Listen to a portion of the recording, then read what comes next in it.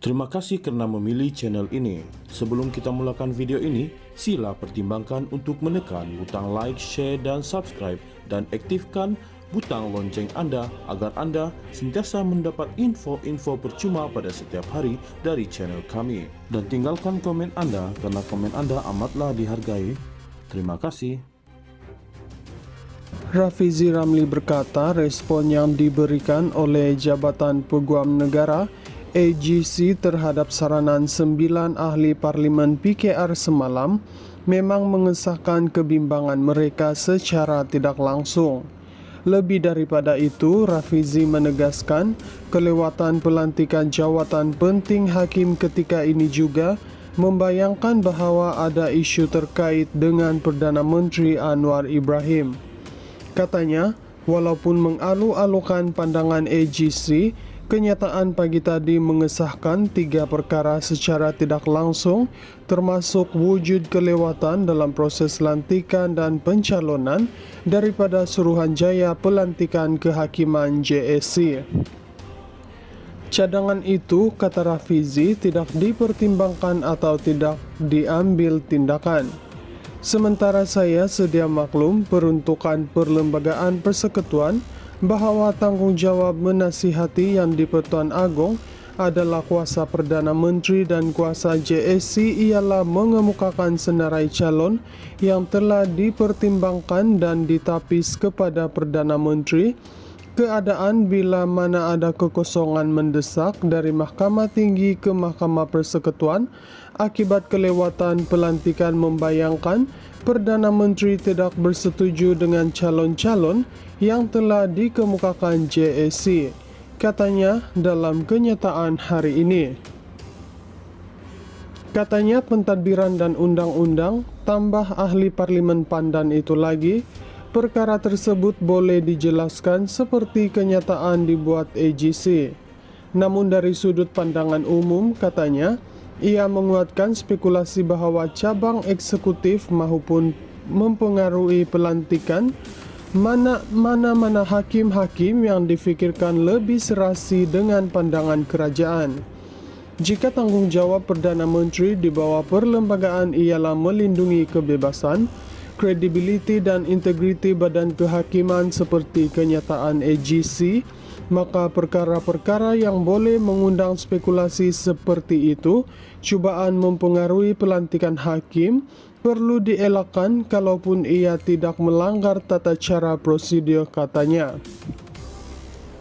Semalam Rafizi berkata 8 ahli parlimen PKR mendesak kerajaan menubuhkan RCI bagi meneliti isu pelantikan beberapa hakim yang didakwa mungkin melibatkan campur tangan pihak tertentu. Selain Rafizi, 8 lagi ahli parlimen kerajaan yang menyokong gesaan itu ialah Nik Nazmi Nik Ahmad Setiawangsa, Rodzia Ismail Ampang, Wong Cheng Subang, Zahir Hasan Wangsa Maju, Bakhtiar Wancik Balik Pulau, Syed Ibrahim Syednoh Ledang, S. Kesavan Sungai Siput dan On Abu Bakar Batu Pahat. Mereka turut mengingatkan kegagalan menyelesaikan isu tersebut mungkin mengulangi skandal campur tangan menyusun pelantikan hakim seperti yang berlaku pada 2002 dan dibongkar kira-kira 5 tahun kemudian. Pagi tadi pula AGC mengetepikan kebimbangan yang dibangkitkan ahli parlimen terbabit dan menganggap tidak wajar mereka membandingkan isu sekarang dengan skandal lebih 20 tahun lalu. AGC pada masa sama mengakui bahawa dakwaan terhadap seseorang hakim Mahkamah Persekutuan yang dikatakan campur tangan dalam keputusan dan pelantikan kehakiman adalah perkara serius. Menurut Rafizi, kenyataan AGC tadi turut mengesahkan JSC bermesyuarat tanpa mematuhi notis 10 hari yang dikehendaki dari aspek pentadbiran.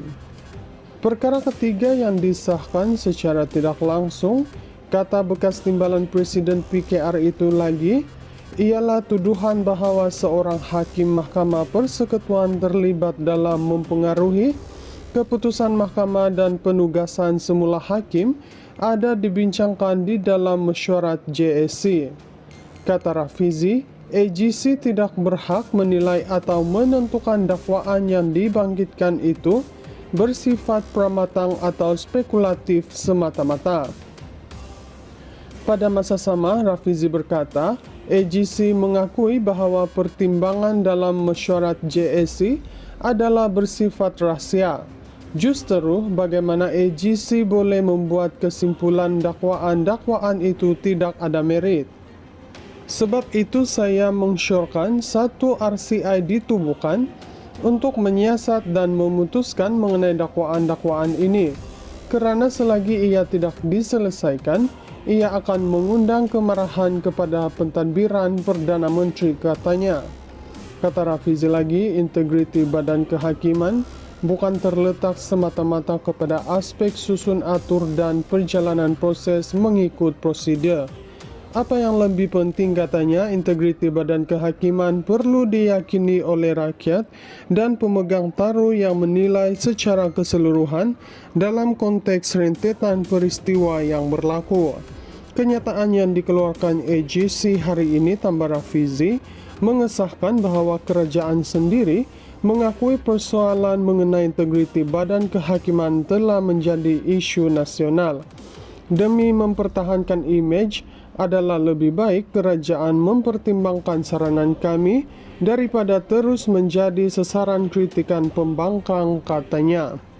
Rafizi Ramli berkata respon yang diberikan oleh Jabatan Peguam Negara AGC terhadap saranan 9 ahli Parlimen PKR semalam memang mengesahkan kebimbangan mereka secara tidak langsung.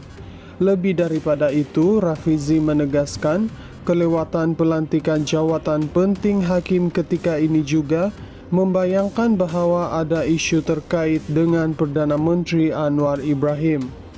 Katanya, walaupun mengalu-alukan pandangan AGC, kenyataan pagi tadi mengesahkan 3 perkara secara tidak langsung, termasuk wujud kelewatan dalam proses lantikan dan pencalonan daripada Suruhanjaya Pelantikan Kehakiman JSC.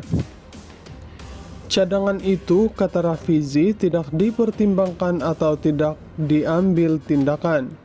Sementara saya sedia maklum peruntukan Perlembagaan Persekutuan bahawa tanggungjawab menasihati Yang di-Pertuan Agong adalah kuasa Perdana Menteri dan kuasa JSC ialah mengemukakan senarai calon yang telah dipertimbangkan dan ditapis kepada Perdana Menteri.